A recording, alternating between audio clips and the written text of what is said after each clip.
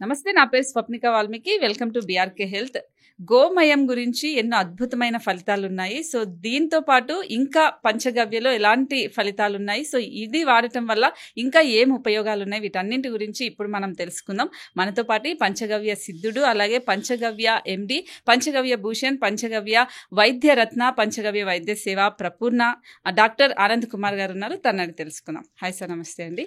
ఓం నమస్తే జీ, వందే గోమాత్రం. సో గోమయం అంటే first of all మన ఇంట్లో పూర్వకాలం నుంచి ఏదైనా దోమలు వస్తున్నాయన్నా లేదా ధూపం వేయాలన్నా అన్ని రకాలుగా గోమయాన్ని వాడుతూ ఉంటారు. సో అలాగే పంచగవ్యలో ఏ విధంగా వాడొచ్చు అంటారు? చూసారా, నేను చెప్పేదానికన్నా ముందు మీరే మొత్తం చెప్పేశారు. ఓకే, కాకపోతే దీని లోపల ఇంకొన్ని విశేషాలతో మనము దీని మీద డిస్కస్ చేద్దాం. అయితే మనం ఇంతకు ముందే మనం ఏం చెప్పుకున్నాము, ఈ ప్రకృతి పంచభూతాలతో నిర్మితమై ఉంది. దాని నుంచి మనకి ఏదొచ్చింది? ఆవు యొక్క గోమూత్రము, పాలు, పెరుగు, నెయ్యి, గోమయం, గోమూత్రం అని అనుకున్నాము. ఈ 5 తత్వాలు.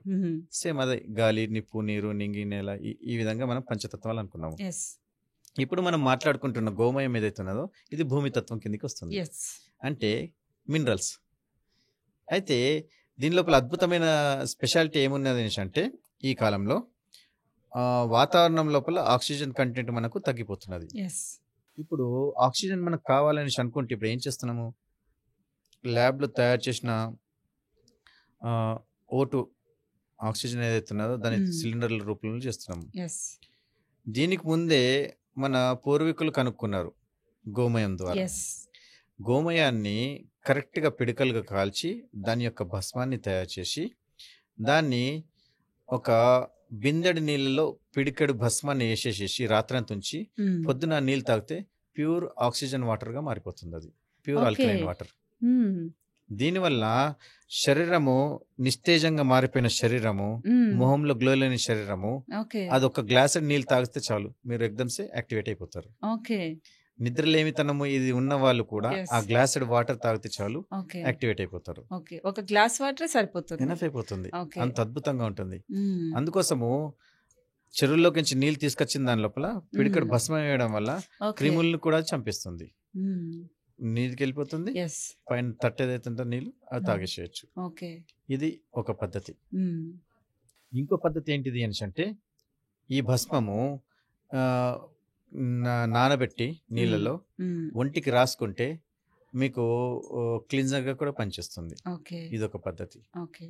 పూర్వకాలం లోపల మట్టి బిందెలు, మట్టి పాత్రలు, మళ్ళీ ఇప్పుడున్న పాత్రలు, ఇవన్నిటిని క్లీన్ చేయడానికి ఈ యొక్క గోమయ భస్మము డిష్ వాషర్ గా పనిచేసేది. ఇదొక పద్ధతి. చెట్ల మీద పురుగులు విపరీతంగా అయిపోయినప్పుడు ముందు కెమికల్స్ ఉండకపోయేటి. ఈ గోమయ భస్మాన్ని ప్రొద్దున 4:30-5 సమయం లోపల చెట్ల మీద చల్లేవారు. ఆ పురుగులన్నీ చచ్చిపోయేటి, చెట్టుకి ఇబ్బంది కాకపోతుండే. మరి ఎక్కువ పౌడర్ వేసినా గానీ మొత్తం ఆకులు కాలిపోతాయి. సో ఒక పరిమాణం మాత్రలో గాలిలో వదిలేవారు అన్నట్టు. దాని ద్వారా పురుగుల్ని చంపేసేటివి. దాంతో పాటు ఇది భస్మంగా చేస్తే వచ్చే లాభం. ఇంకోటి, చాలా మందికి మాటి నిద్ర రావడము, కళ్ళు మూసుకొని గుమ్ముగా అయిపోవడము, ఇలా చేసేవారికి భస్మంతో కూడిన వాటర్ ఇవ్వాలి, యాక్టివేట్ అయిపోతారు. ఎవరైతే బుద్ధి చురుగ్గా లేదు, స్లో అయిపోయిందో, స్లో డౌన్ అయిపోయిందో వాళ్ళని భస్మం వాటర్ ఇచ్చేసేస్తే చురుగ్గా మారిపోతుంది. ఇది భస్మం పని. తర్వాత వచ్చేసి ఈ యొక్క గోమయం ఏదైతే ఉన్నదో పచ్చి గోమయం. అయితే ఇది అద్భుతమైంది. పూర్వకాలంలో చేసేవారు. ఇంతకుముందు ఆపరేషన్లు ఎక్కువ ఉండకపోయేటి. అయితే లేబర్ పెయిన్స్ ఎక్కువ వచ్చేటి. 9 నెలలు అయినాయి, లేబర్ పెయిన్స్ ఉన్నది ప్రస్తుతి సమయం. ఆ లేబర్ పెయిన్స్ భరించలేకపోయేవాళ్ళు. అప్పుడు ఏం చేసేవాళ్ళు అంటే, గోమాతని వేడుకొని గోమాత దగ్గరికి నుంచి వచ్చిన గోమయాన్ని తీసుకొని బట్టలో తీసుకొని పిండేవారు. పిండి 10 ml గోమయ రసాన్ని తీసుకునేవాళ్ళు. అయితే ఈ 10 ml గోమయ రసం ఏదైతే ఉన్నదో దాని లోపల 3 డోసులుగా చేసేవారు. అయితే ఈ 3 డోసులలో ఫస్ట్ డోస్ ఏదైతే ఉంటుందో 3 to 4 ml అనుకోండి, 2 ml 3 ml ఈ డోసు ఫస్ట్ డోస్ ఇచ్చేస్తారు అన్నట్టు. అలా విపరీతంగా నొప్పులు వచ్చిన తర్వాత ఈ డోస్ ఫస్ట్ డోస్కే పిల్ల ప్రసిద్ధి చెందేది. ఎక్కువ డోస్ ఇవ్వకపోయేటోళ్ళు. సెకండ్ డోస్ అయితే హార్డ్లీ అవసరం పడేది, థర్డ్ డోస్ అయితే అవసరమే పడదు, కానీ 10 ml అని అంటాం మేము. అలా చేయడం వల్ల అమ్మాయి తొందరగా ప్రసవించేది అన్నట్టు. ఇది అద్భుతమైన క్రియ అన్నట్టు. ఇది ముందు కాలంలో చేసేవాళ్ళు, ఇప్పుడు కూడా చేస్తున్నారు మా గవ్యసిద్ధుల్లో చాలా మంది. మీరు ఒకవేళ గూగుల్ పే వెళ్తే మీకు దీనికి సంబంధించిన మీకు ఉదాహరణలు చాలా కనిపిస్తాయి. తర్వాత గోమయ రసము దేనికి పనిచేస్తుంది అని అంటే భూమిని సారవంతంగా చేయడానికి పనిచేస్తుంది. ఇదేంటండి సారవంతంగా పనిచేయడానికి అని అంటే భూమి తత్వము ఎక్కడ ఉంది అని అంటే గోమయ రసంలో ఉంది. మరి యాక్చువల్లీ ఇది నెక్స్ట్ క్వశ్చన్ అడుగుదాం అనుకున్నాను, పంటలకు సంబంధించి కూడా ఎలా ఉంటుందని, బట్ ముందే చెప్తున్నారు కాబట్టి ముందుగానే థ్యాంక్స్ చెప్తున్నాను. Continue sir. సో ఇది మనకు భూమి తత్వానికి సంబంధించేసింది గోమయ రసం. అయితే గోమయ రసం అనేది ఎట్లా తయారైంది అని అంటే ఆవు ఏం చేస్తుంది, గ్రీజింగ్కి వెళ్తుంది, అంటే ఆ గడ్డి తినడానికి వెళ్తుంది. గడ్డి తినేది ఏం చేస్తుంది, తిన్న తర్వాత దానికి కావాల్సిన సారాన్ని అది ఉంచుకొని మిగతాది గోమయం ద్వారా వదిలేస్తుంది. గోమయం ద్వారా ఎప్పుడైతే వదిలేస్తున్నదో అదేంటిది, తిన్న గడ్డి ఉంటది కదా, దాని లోపల మిగిలిపోయిన పదార్థం, దానికి అనవసరం అనిపించిన మినరల్స్ ఏవైతే ఉన్నాయో ఆ యొక్క గోమయంలో ఉన్నది, అది పోయి భూమిలో పడుతుంది. భూమిలో పడ్డ తర్వాత ఈ యొక్క మూలికల యొక్క మిశ్రమం ఏదైతుందో, అంటే గడ్డితో పాటు వేరే కూడా తింటుంది కదా, ఆ మూలికల మిశ్రమం ఏం చేస్తుందంటే ఒక రకమైనటువంటి కెమికల్ రియాక్షన్ చేసి భూమిని సారవంతంగా మార్చేస్తుంది. అంటే స్మూత్ గా టెక్స్చర్ చేస్తుంది అన్నట్టు మట్టిది. ఈ స్మూత్ టెక్స్చర్ చేసినప్పుడు ఆ గోమయ రసం లోపల మళ్ళీ ప్రాణికోటి ఉత్పన్నమవుతుంది. ఇక్కడ క్రిములు కీటకాలు ఇవన్నీ ఉత్పన్నమవుతాయి. దాంతో ఏమవుతుంది అంటే భూమి లోపలికి వెళ్ళిపోతుంది. అప్పుడు నట్టలు ఉత్పన్నమవుతాయి. అక్కడ ఆ నట్టలు ఉత్పన్నమైతే ఏం చేస్తుంది, అది తవ్వడానికి మన్నును తినేస్తూ ఉంటుంది అన్నట్టు.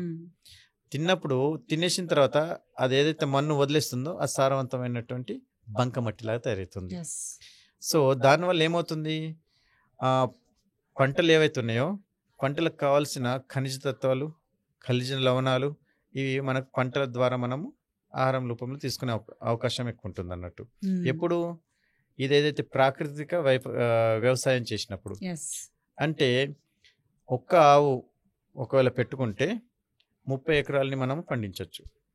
ఇది మన పాలేకర్ గారు చెప్పిన విధానం. ఇంకా ఏం రసాయనాలు కానీ ఎరువులు కానీ ఏం వేయనవసరం లేదు. ప్రకృతిని మీరు నమ్ముకున్నారంటే, ఉదాహరణకు అడవిలో వెళ్ళిన తర్వాత అడవి తనని తాను ఎలా పోషించుకుంటుంది, అడవి ఎలా పెరుగుతుంది, ప్రకృతి సిద్ధంగానే పెరుగుతుంది. ఇక్కడ కూడా పాలేకర్ గారు ఏం చెప్పారని అంటే పంచగవ్య లోపల ఏవైతే గోమయ రసము, గోమయ మూత్రం ఏదైతే ఉన్నదో, ఏది మన గోపంచకం ఏదైతే ఉన్నదో వీటిని యూజ్ చేసి దీని లోపల బెల్లము, కొంచెము పెరుగు వీటిని యూజ్ చేసేసుకుంటూ దీనికి సంబంధించి మనం జీవామృతాన్ని తయారు చేస్తున్నాము. అలా జీవామృతం తయారు చేసుకొని పొలంలో మనం పారించామనుకోండి, భూమి సారవంతంగా మారిపోతుంది. ఇది న్యాచురల్ పద్ధతుల్లో.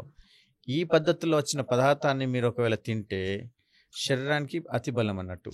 ఇంతకుముందు 100 కిలోల బస్తాలు మోసేవారు, ఈరోజు వాటర్ బబుల్ మోయమంటే మోయలేకపోతున్నారు. ఇది సో ఇక్కడ మీరు అలా తగ్గిపోతుంది బలం. ఇప్పుడు ఈ పద్ధతిలో పండించిన పంటని మీరు ఒకవేళ తిన్నారే అనుకోండి, మీరు ఖచ్చితంగా 100 kgs బస్తాన్ని మీరే మోస్తారు. ఇది మన దిక్కించి గ్యారంటీ. సో ఈ విధంగా మీ గోమయాన్ని మనము పంటల కోసం ఇచ్చేస్తున్నాం. ఇప్పుడు వాణిజ్యపరంగా కూడా ఇప్పుడు ఇది అద్భుతంగా పనిచేస్తుంది. ఎట్లా, కట్టెల్ని కొట్టేద్దనేసి గవర్నమెంట్ తీర్మానం పెట్టింది, అయినంత మటుకు లెస్ యూజ్ చేయమని చెప్పింది. అలాంటప్పుడు గోమయం అనేది ఒక అద్భుతమైన పరిశ్రమ. దీని ద్వారా గోమయ స్టిక్స్, గోమయ పిడికలు, గోమయ ధూప్ స్టిక్స్, ఇలా వివిధ రకాలైనటువంటి వాణిజ్యానికి సంబంధించిన పదార్థాలని మనము తయారు చేసుకోగలుగుతున్నాము. ఎప్పుడైతే మనం ఇలా తయారు చేసుకోగలుగుతున్నామో ఆటోమేటిక్లీ మనకు ధనం అనేది వస్తుంది. అందుకోసము పూర్వం ఏమన్నారు, గోమయ వసతే లక్ష్మి అని అన్నారు. అంటే గోమయం లోపల లక్ష్మి వాసం ఉంటుంది అని అర్థము. ఇప్పుడు ఈ గోమయము దీంతోనే ఆగలేదు. ఇప్పుడు బయోడిక్రీజ్ చేసేస్తే బయో ప్లాంట్స్ ఉన్నాయి మనకు. దీని ద్వారా ఏమవుతుంది, గ్యాస్, వంట గ్యాస్ కూడా మనకు వస్తున్నది. సో ఇక్కడ మీరు చూడండి, ఇక ఈ గోమయం అనేది ఎంత అద్భుతంగా పనిచేస్తున్నదో. ఇక దీని గురించి మనం ఎంత చెప్పుకున్నా గానీ ఇక చాలా తక్కువే ఎస్ గోమయం గురించి. సో ఇప్పటికే తక్కువే అని చెప్పి చాలా ఎక్కువనే చెప్పారు. బట్ మీరు చెప్పిన కొన్ని నేను కూడా పాటిస్తాను. So thank you sir, thank you so much అండి. సో ఇది గోమయంలో అద్భుతమైన ఫలితాలు ఉన్నాయి. ఇంకా మీరు నాకు తెలిసి ఎక్కువనే తెలుసుకున్నట్లున్నారు. అవన్నీ కూడా పాటించండి. ఏదైనా స్కిన్ గ్లో కావాలన్నా, హెల్త్ ప్రాబ్లమ్స్ ఉన్నా, లేదా మీరు ప్యూరిఫై అవ్వాలన్నా కూడా గోమయంని అంటే ఎండిన దాన్ని భస్మం లాగా చేసి వాటర్లో కలుపుకొని తాగండి. అన్నీ మీకు ఏవైనా అనారోగ్య సమస్యలు ఉంటే అన్నీ కూడా తొలగిపోతాయి. సో ఇలాంటి ఏవైనా హెల్త్ టిప్స్ కావాలి అనుకుంటే ఖచ్చితంగా మన బీఆర్కే న్యూస్ని ఎప్పటికెప్పుడు ఫాలో అవుతూ ఉండండి. సబ్స్క్రైబ్ చేసుకోండి, లైక్ చేయండి, షేర్ చేయండి. అలాగే వీడియో కింద ఖచ్చితంగా కూడా ఎవరైనా ముందుగానే ఇలా భస్మాన్ని అంటే దీనికి సంబంధించింది వాడుతూ ఉంటే ఎలాంటి ప్రయోజనాలు ఉన్నాయనేది కూడా కామెంట్ చేయండి.